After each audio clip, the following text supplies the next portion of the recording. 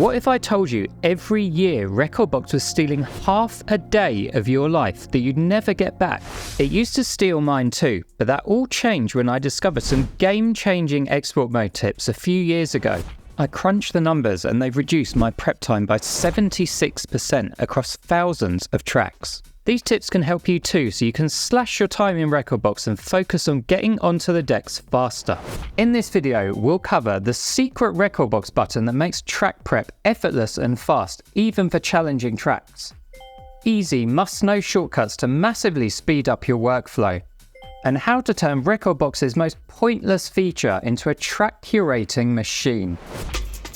There's a hidden menu in export mode that's so easy to miss, but it has a ton of super useful functionality. It's this little guy here next to quantize.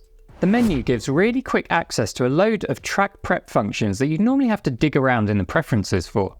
And there's even some unique features that you won't find anywhere else but in this menu.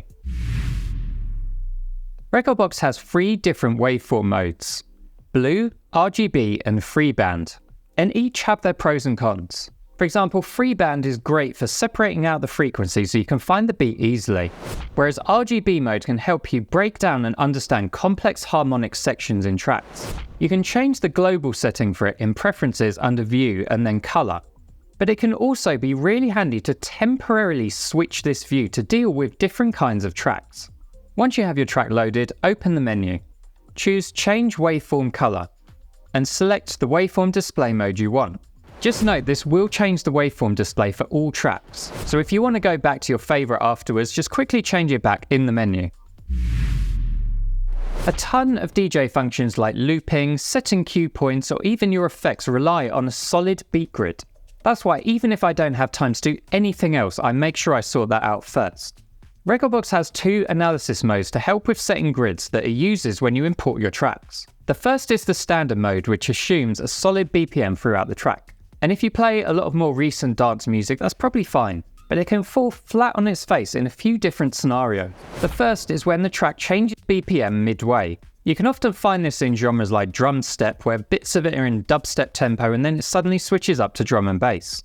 The second scenario is where the track uses a human drummer who may not be keeping perfect time.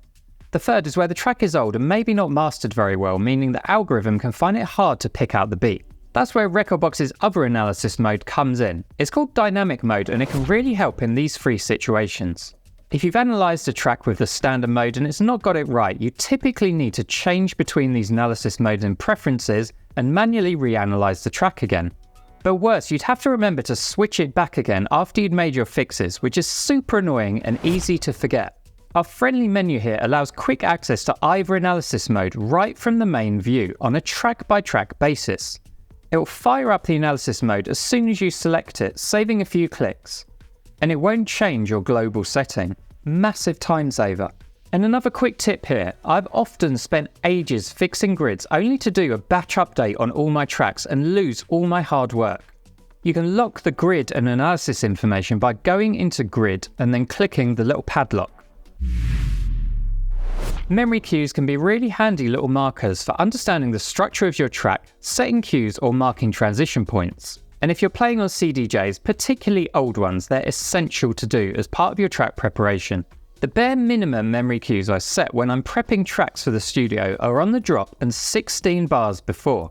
One way to do that is to find the drop, change the beat jump controls to your desired interval, 16 bars in my case, and click on the buttons or use the left and right arrows on the keyboard.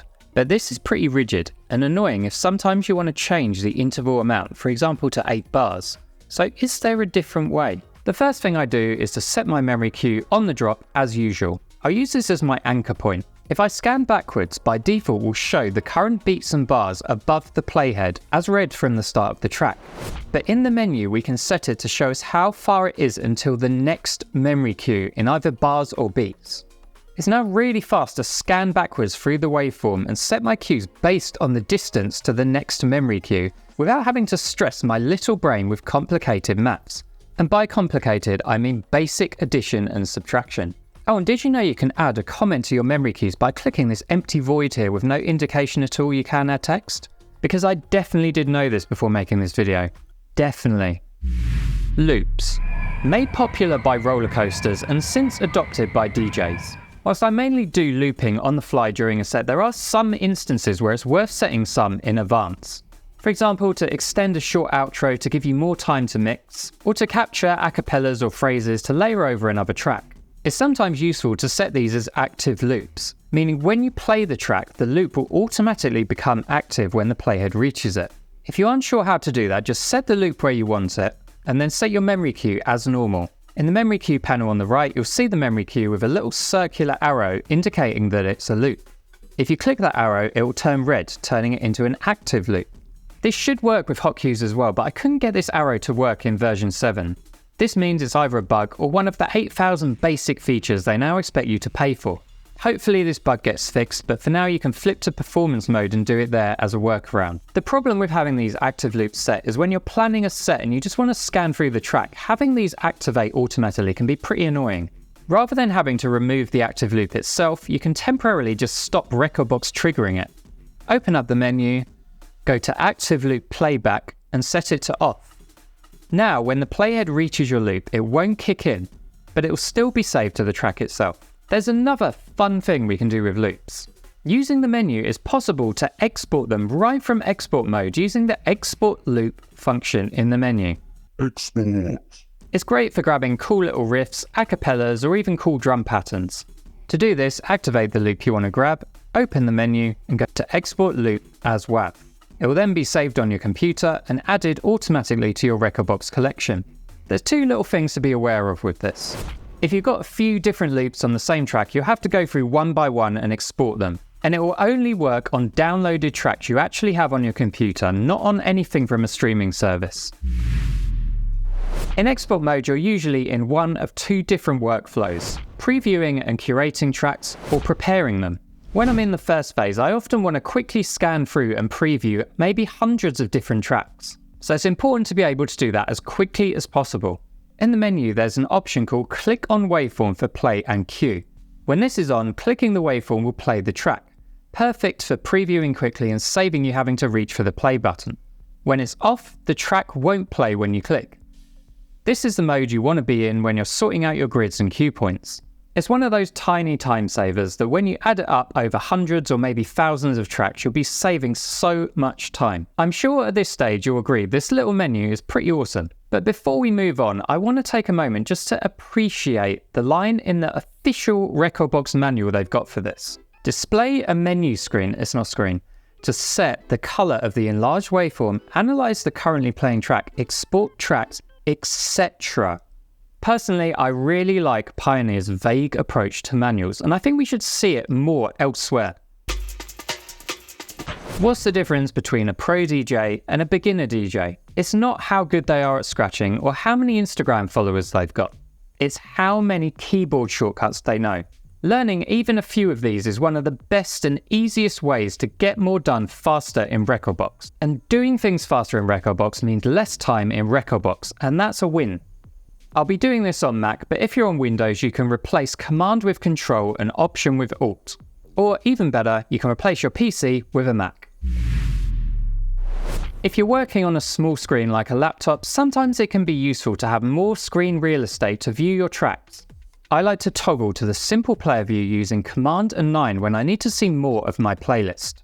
Then, when I'm ready to fix grids and sort cue points, I can switch back using Command and 7 to go back to the one player view. Command and F quickly focuses your cursor in the search box so you can find your tech house faster. I also try and limit as much mouse movement in my life as possible. That means dragging and dropping new tracks I've downloaded into Rekordbox is out. Command and O allows you to quickly find tracks on your computer to import directly into Rekordbox without leaving the software itself. Once our tracks are in our collection, the next job is previewing them to see if they'll fit in our set or not. I used to waste so much time dragging tracks individually into the player every time until I learned this next set of shortcuts. Command and up or Command and down will load the previous or next track to the player based on whatever view you're currently in. So if you're in your collection or an individual playlist, it will work exactly the same. If you load a track by accident, Command and Z will undo the track load. Once loaded, you can use spacebar to play. As we covered earlier, the left and right arrows skip forwards and back by the amount set in the beat jump menu dropdown. This works whether the track is actually playing or not. This is one of the fastest ways to get a quick overview of a track. We've selected a few tracks for our set, and now it's time for the boring part. Fortunately, shortcuts can make this a lot faster. The grid on this track is a bit off. If we look at the drop, it's actually a bit further to the right. There's a keyboard shortcut set up here already, but it's so weird I don't even know what the character is, so I'm going to remap it. Go to Preferences, Keyboard, Player A, and find Shift B Grid to the center. Click on the existing mapping and choose Change this key mapping. You can use whatever you want, but I'm going to use Command and \. Now we can move our playhead to the drop, enter grid mode, use the shortcut, and everything's aligned. Just be aware this shortcut will only work if you're actually in grid mode. There can also be situations where Rekordbox has got the BPM right, but it's dumped the grid in the wrong place, and this happens all the time with my collection. As you can see here, the grid is not quite aligning with the kick. We can quickly shift the grid left or right using Command and left arrow or Command and right arrow to get it where it should be. With the grid sorted, we can now think about setting hotkeys and memory cues. The first 3 hotkeys can be set with 1, 2, and 3. And you can remove them with Command and 1, Command and 2, and Command and 3. The shortcut for setting memory cues is easy because you just have to remember the initials of this channel.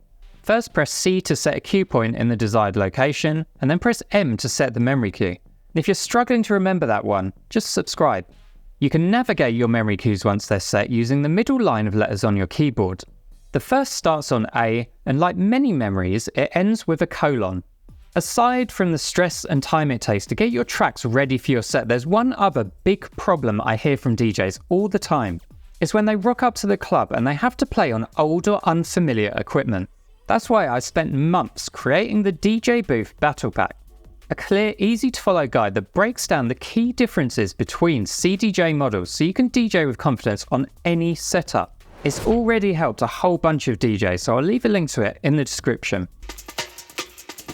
One of the most important parts of preparing your set isn't fixing grids or cue points, it's deciding what goes in there in the first place, curating it. But if you've got a slower laptop or your tagging isn't quite up to scratch, this can take a long time. To help with this, Rekordbox gives you the ability to preview a track before loading it to the player. You can do this by clicking any part of the preview waveform. You can then listen to specific sections of the track by clicking on various points. To stop playback, use the small stop icon to the left. This is handy, but it can be really fiddly to start playback right from the beginning of the track because the waveform is so small, and you have to do about 100 clicks to get an overview of the track. So, is there a better way? Weirdly, one of Rekordbox's most pointless features gives us a way to fix this. Album artwork doesn't help me DJ, so I normally have it hidden in my browse view. That is, until now. First, make sure album artwork is showing by right-clicking your column headings and selecting album artwork.